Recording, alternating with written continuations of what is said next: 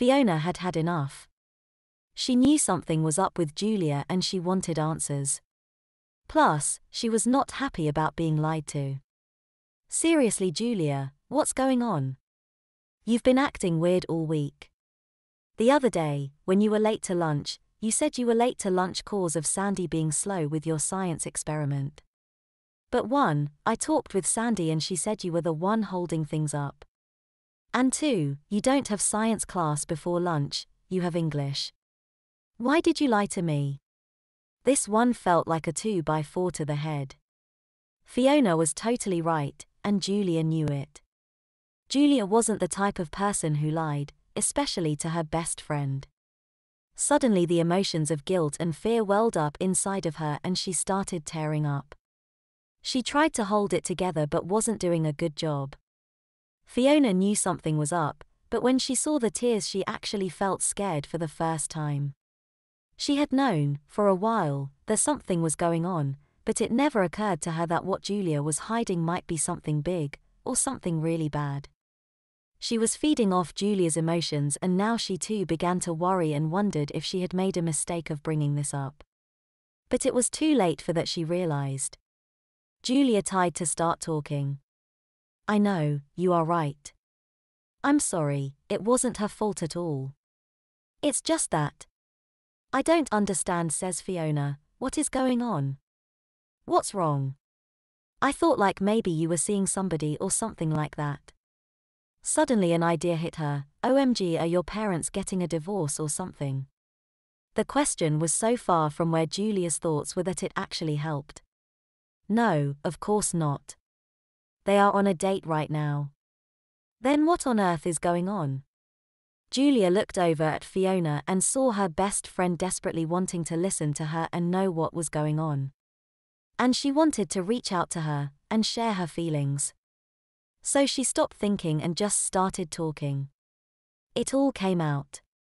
All of it, the lifelong dreams, okay, that's different, the bedwetting as a kid, I know I wet the bed for a while when I was in kindergarten, the trying policy, her initial approach to her mom, wow, you actually told her, the rules, that's crazy, but I guess it makes sense, the diapers, the nurse at school, OMG, that's where you were, being changed by Mrs. Heyman, wait, are you telling me my mom knows about this? And now having to spend even longer in diapers. The story finally made it to the present when Julia explained to Fiona that she had literally just now realized that she was going to need to pee soon and had no idea what was going to happen, since her parents were out on a date. Julia had been talking uninterrupted, Fiona's comments aside, for quite some time. She was actually out of breath. And now that she had stopped talking, she kind of came out of a daze and realized she had just spilled her guts to Fiona. She took a deep breath. And another. Fiona was over the initial shock but was processing the information. It suddenly dawned on her what had just happened.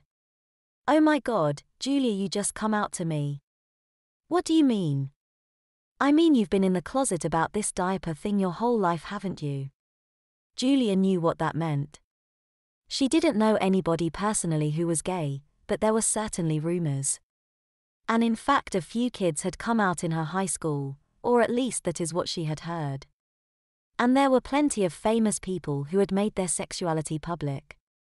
Julia didn't understand why it was such a big deal to people.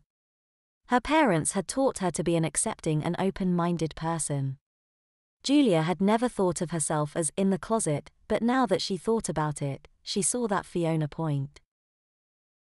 Wow. Yeah, I guess you are right. I just never thought of it like that. Julia, oh my gosh, you were so deep in the closet you didn't even know it. Fiona actually got up and gave Julia a big hug.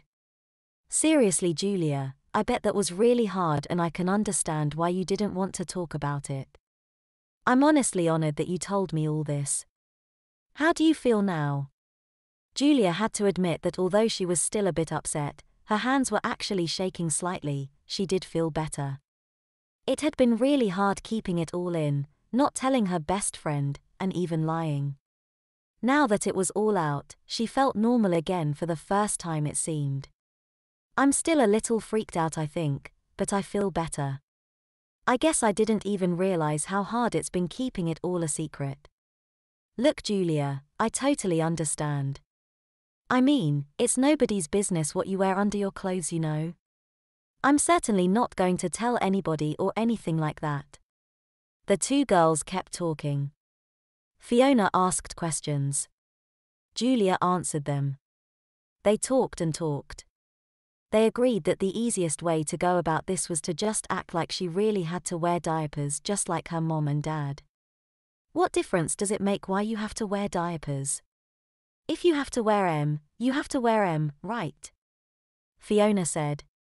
Eventually Mrs. Heyman knocked on the door and told them that dinner was ready and that they should wash up and come down to eat. As they headed to the bathroom, Mrs. Heyman pulled Julia aside as Fiona started washing up. Julia, can I talk with you for a minute? Julia didn't pay much attention and started to continue her way to the bathroom. But Mrs. Heyman gently grabbed her arm and stopped her in her tracks. Julia, why don't you come to my room? Ah, okay. They two of them quickly hurried down the hall. Julia was a bit surprised when Mrs. Heyman closed the door. Sorry, Julia, I wasn't sure how to get you away from Fiona, and I'm not sure I did a great job. But I need to check your diaper. Julia had been planning on asking what this was all about, but Mrs. Heyman just answered all of her questions. The two of them stood there staring at each other for a moment, unsure of what to do next. Julia snapped out of it and started talking again. Oh, yeah, sure. Since she was wearing a skirt, she just lifted it up, exposing her diaper for Mrs. Heyman, who took a look at the front and then turned her around to look at the back. A few pats of the hand and Mrs. Heyman said, "You look fine as far as I can tell." Julia dropped her skirt, which fell back into place. Yeah, I think so too. It dawned on her that she needed to say something else. Oh, Mrs. Heyman, I think you should know that I finally told Fiona. Mrs. Heyman did a slow head nod of approval. Oh, you did? Well, good, I don't have to sneak around or anything. I was really not sure how I was going to manage to get you changed without Fiona finding out. Julia laughed a bit. Yeah, I don't know that you would have been able to pull that off. A second paused and a few light bulbs went on at Julia's head. Wait, I just thought about something. How are you going to change me? Oh my gosh. Mrs. Heyman was obviously trying to suppress a smile, although Julia had no idea why. Let me guess, you just figured out that your parents are out on a date and you were planning to spend the night here and you never thought about what would happen when you needed to have your diaper changed. Julia looked at Mrs. Heyman quizzically. Wait, how did you know that? I'm a parent, Julia. Parents have special powers. No, seriously, how did you know?